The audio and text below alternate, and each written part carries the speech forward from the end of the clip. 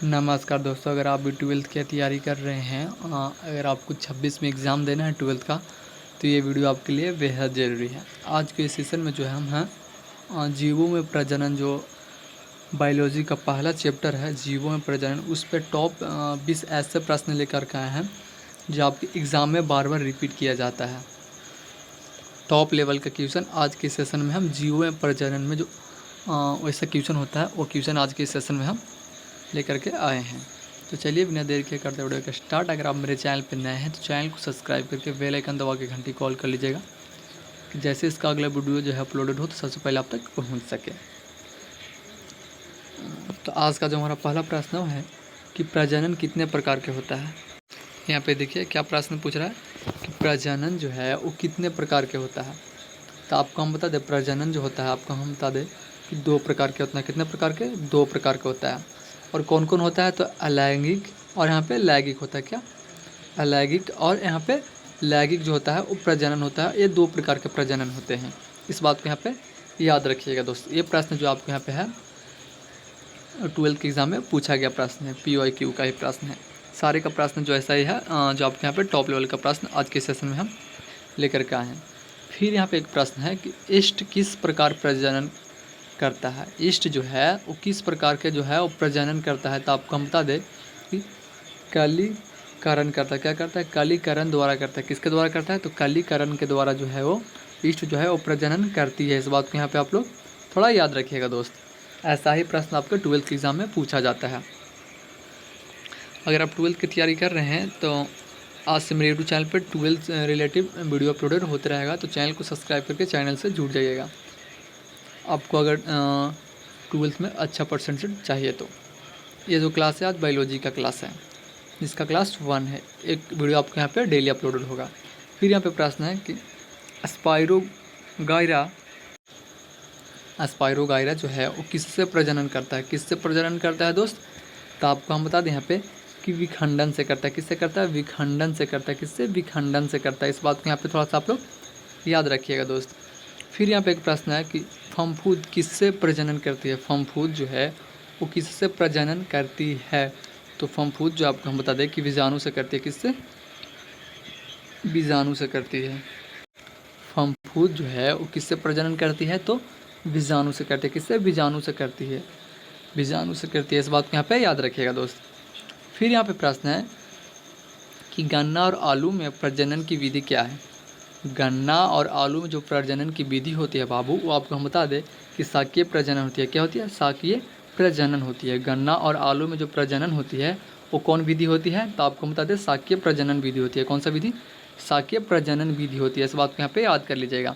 ये सब प्रश्न जो आपको यहाँ पे टॉप लेवल का प्रश्न है आपके पहला चैप्टर का जीवों में जो प्रजनन आपको यहाँ पे चैप्टर पहला है, जो आपका चैप्टर पहला है जीवों में प्रजनन, उससे रिलेटेड टॉप प्रश्न आज के सेशन में लेकर आए हैं। तो फुल वीडियो देखिएगा आप लोग। यहाँ पे देखिए फिर यहाँ पे क्या प्रश्न पूछ रहा है। यहाँ पे देखिए, यहाँ पे प्रश्न पूछ रहा है कि जो स्पोर क्या होता है। जो स्पोर जो होता है वो क्या होता है? तो आपको बता दें कि एक चलायमान अलैंगिक बीजाणु होता है। क्या होता है? चलायमान अलैंगिक बीजाणु होती है। इस बात को यहाँ पे थोड़ा सा याद रखिएगा दोस्त।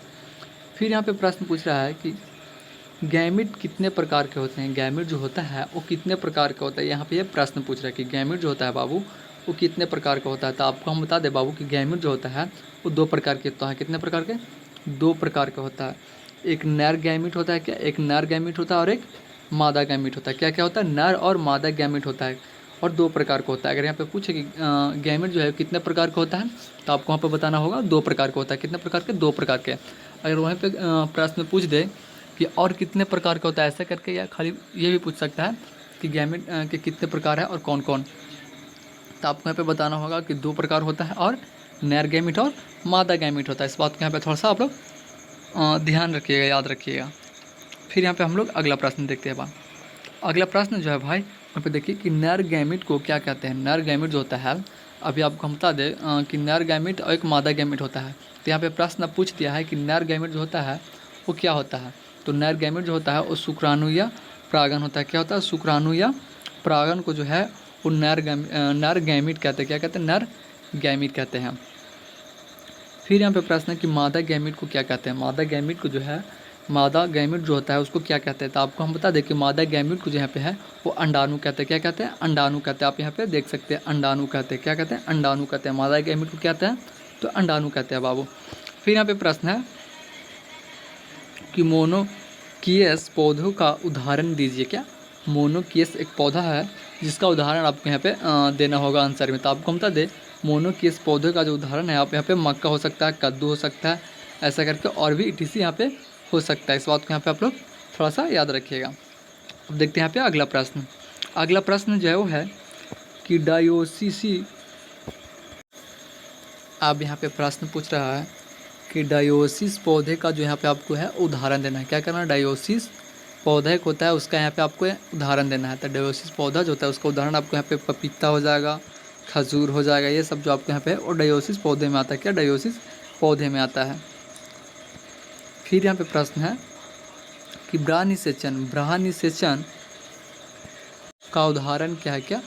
ब्रह्निषेचन का जो है उदाहरण क्या है। तो आपको बता दें कि मेढक हो जाएगा, मछली हो जाएगा, ये सब जो है वो ब्रह्निषेचन करती है। क्या करती है? ब्रह्निषेचन करती है। निषेचन में क्या करती है? ब्रह्निषेचन जो है वो मेढक और मछली करती है। इस बात को यहाँ पे थोड़ा सा आप लोग याद रखिएगा दोस्त। यहाँ पे आपके ट्वेल्थ के एग्ज़ाम में जो है ये प्रश्न पूछ सकता है कि ब्रह्निषेचन का उदाहरण क्या है। तो आपको यहाँ पे बताना होगा। सिर्फ मेढक वहाँ पे आपको ऑप्शन में रख सकता है या मछली भी सिर्फ रह सकता है या दोनों भी रह सकता है। इस बात को यहाँ पे याद रखिएगा। तो फिर यहाँ पे प्रश्न है कि आंतरिक निषेचन का उदाहरण है। आंतरिक निषेचन का एक उदाहरण दीजिए यहाँ पे। तो आपको बता दें आंतरिक निषेचन का जो उदाहरण होता है वो पक्षी होता है और स्तनधारी होता है। क्या होता है? पक्षी और स्तनधारी जो है वो आंतरिक निषेचन करती है। क्या करती है? आंतरिक निषेचन करती है। इस बात को यहाँ पे थोड़ा सा आप लोग दोस्त याद रखिएगा। दोस्त अगर आप 12th की तैयारी कर रहे हैं तो मेरे चैनल को सब्सक्राइब करके चैनल से जुड़ जाएगा दोस्त। 12th से रिलेटेड वीडियो अपलोडेड मेरे यूट्यूब चैनल पे होते रहेगा। फिर है युग्मज कैसे बनता है। युग्मज जो होता है वो कैसे बनता है, आपको यहाँ पे प्रश्न पूछ रहा है। क्वेश्चन नंबर 14 जो है वो पूछ रहा है यहाँ पे कि युग्मज जो है वो कैसे बनता है। तो युग्मज जो है वो नर और मादा गैमीट के संलयन से बनता है। क्या? नर और मादा गैमीट के संलयन से जो बनती है। युग्मज कैसे बनती है? तो नर और मादा गैमीट के संलयन से बनती है। उम्मीद करता हूँ कि ये क्वेश्चन को आप लोग समझ ही गए होंगे। फिर यहाँ पे एक प्रश्न है कि अलैंगिक प्रजनन से उत्पन्न संतति को क्या कहते हैं। अलैंगिक प्रजनन से उत्पन्न संतति को क्या कहते हैं। तो आपको बता दें अलैंगिक प्रजनन से उत्पन्न संतति को आपको बता दें क्लोन कहते हैं। क्या कहते हैं? क्लोन कहते हैं। इस बात को यहाँ पे थोड़ा सा आप लोग याद रखिएगा दोस्त। ये प्रश्न आपके एग्जाम में आ सकती है कि अलैंगिक प्रजनन को उत्पन्न संतति को क्या कहते हैं। अलैंगिक प्रजनन से उत्पन्न संतति को क्या कहते हैं। ये जब हम एग्ज़ाम देते 12th को तब ये भी प्रश्न पूछा गया था। इसलिए बोल रहे हैं आपको कि ये प्रश्न आप लोग यहाँ पे थोड़ा सा याद रखिएगा। ऐसा प्रश्न जो आपको एग्जाम में आ सकता है। क्लोन कहते हैं। क्या कहते हैं? क्लोन कहते हैं। क्लोन कहते हैं। इस बात को यहाँ पे याद रखिएगा। क्लोन के नाम से जो यहाँ पे इसको है हम लोग जानते हैं। अब यहाँ पे देखते हैं अगला प्रश्न। अगला प्रश्न जो है कि पोलन ग्रेन का कार्य क्या है। पोलन ग्रेन का जो है कार्य होता है वो क्या होता है। तो आपको बता दें पोलन ग्रेन का कार्य जो होता है वो नर गैमीट का वाहन करना होता है। क्या होता है? नर गैमीट का वाहन करना होता है। नर गैमीट का वाहन करना होता है। पोलन ग्रेन का कार्य क्या होता है? तो नर गैमीट का वाहन करना होता है। फिर यहाँ पे अगला प्रश्न है कि ईगो सेल मतलब ईग सेल का कार्य क्या है। ईग में जो सेल होता है, अंडा में जो सेल होता है उसका कार्य क्या होता है। तो आपको हम बता दें युग्मज बनाने के लिए नर गैमीट से संलयन। क्या? युग्मज बनाने के लिए नर गैमीट से संलयन करता है। तो इस बात की हम उम्मीद करता हूँ कि क्वेश्चन को भी आप यहाँ पे समझ ही गए होंगे। फिर यहाँ पे अगला प्रश्न है स्पोरोफाइट किस अवस्था को कहते हैं। क्या? स्पोरोफाइट जो है वो किस अवस्था को कहते हैं। तो आपको हम बता दें स्पोरोफाइट जो यहाँ पे है वो डिप्लॉइड को कहते हैं। किसको कहते हैं? डिप्लॉइड को कहते हैं। डिप्लॉइड 2n अवस्था को। क्या? डिप्लॉइड 2n अवस्था को जो यहाँ पे आपको है वो स्पोरोफाइट के नाम से भी जाना जाता है। इस बात को यहाँ पे थोड़ा सा आप लोग दोस्त याद कर लीजिएगा। फिर यहाँ पे प्रश्न है कि गैमीटोफाइट किस अवस्था को कहते हैं। क्या? गैमीटोफाइट जो है वो किस अवस्था को कहते हैं। तो गैमीटोफाइट जो है वो हैप्लॉइड एन अवस्था को कहते हैं। किसको कहते हैं? हैप्लॉइड एन अवस्था को जो है वो गैमीटोफाइट के नाम से भी जाना जाता है। गैमीटोफाइट के नाम से भी जाना जाता है। तो आपको यहाँ पे हैप्लॉइड एन अवस्था किसको हैप्लॉइड एन अवस्था को जो है गैमीटोफाइट के नाम से भी जाना जाता है। फिर यहाँ पे प्रश्न है कि लैंगिक प्रजनन के 3 चरण होते हैं। लैंगिक प्रजनन को जो है यहाँ पे आप 3 चरण होते हैं। तो कौन कौन होते हैं यहाँ पे ये प्रश्न पूछ रहा है। तो आपको हम बता दें कि प्राग्रामी होता है, क्या होता है, यहाँ पे फर्स्ट में आप देखिए प्राग्रामी होता है, फिर निषेचन होता है, क्या होता है, निषेचन होता है, और लास्ट वाला जो होता है आपको हम बता दें उत्तरगामी होता है, क्या होता है, उत्तरगामी होता है। इस बात को आप लोग यहाँ पे याद रखिएगा। तो आज के लिए इतना काफ़ी, फिर मिलता है अगले वीडियो के साथ। अगर आप 12th की तैयारी कर रहे हैं तो चैनल को सब्सक्राइब करके चैनल से जुड़ जाएगा। मेरे यूट्यूब चैनल पर 12th से रिलेटेड वीडियो अपलोडेड होते रहते हैं।